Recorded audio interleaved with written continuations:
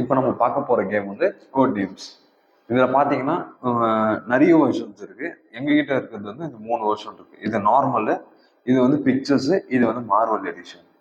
Okay, இது மூணுத்துக்குமே அதில் இருக்கிற கண்டென்ட்ஸ் தான் வேறவே தவிர கேம் பிளே எல்லாம் ஒரே மாதிரி தான் இருக்கும்.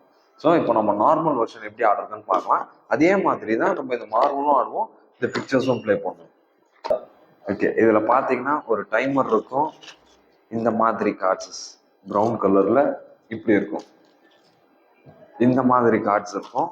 நெக்ஸ்ட் வேர்ட் கார்ட்ஸ் இருக்கும். இந்த மாதிரி வேர்ட்ஸ் எல்லாம் மென்ஷன் பண்ணியிருக்கோம்.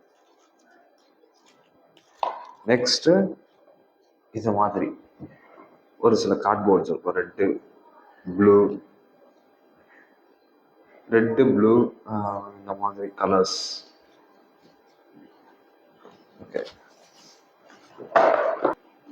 ஓகே, கேமோட ஸ்டார்டிங்கில் இந்த மாதிரி ரேண்டமாக ஒன்று பிக் பண்ணிட்டு இந்த ஸ்டாண்டில் இப்படி வச்சிடணும். இது வந்து பார்த்தீங்கன்னா ஒரு 4 to நிறைய மெம்பர்ஸ் ஆடுற ஒரு வேர்ட் கேம்ஸ் மாதிரி இருக்கும். இதில் பேசிக்காக பார்த்தீங்கன்னா 2 டீம்ஸ் இருப்பாங்க.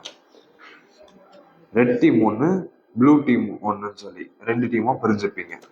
அதில் ஒருத்தர் ஸ்பை மாஸ்டர்ஸாக இருப்பாங்க. அதாவது அந்த ஸ்பை மாஸ்டர்ஸ் மட்டும்தான் இந்த கார்டை பார்ப்பாங்க. அவங்க தான் க்ளூ கொடுக்கணும், நீங்கள் வேர்ட்ஸை கண்டுபிடிக்கணும். பேசிக்காக அதுதான் கான்செப்ட் ஆஃப் த கேமு. இப்போது கேமோட ஸ்டார்டிங்கில் ஓகே, இப்போ நம்ம கேமோட செட்டப் பார்க்கலாம். இதில் பார்த்தீங்கன்னா ஒரு ஆர்டர் ஒன்று கொடுத்துருப்பாங்க, 5x5 மாதிரி. இந்த மாதிரி ஆர்டரில் வந்து நம்ம கார்ட்ஸை வச்சிடலாம்.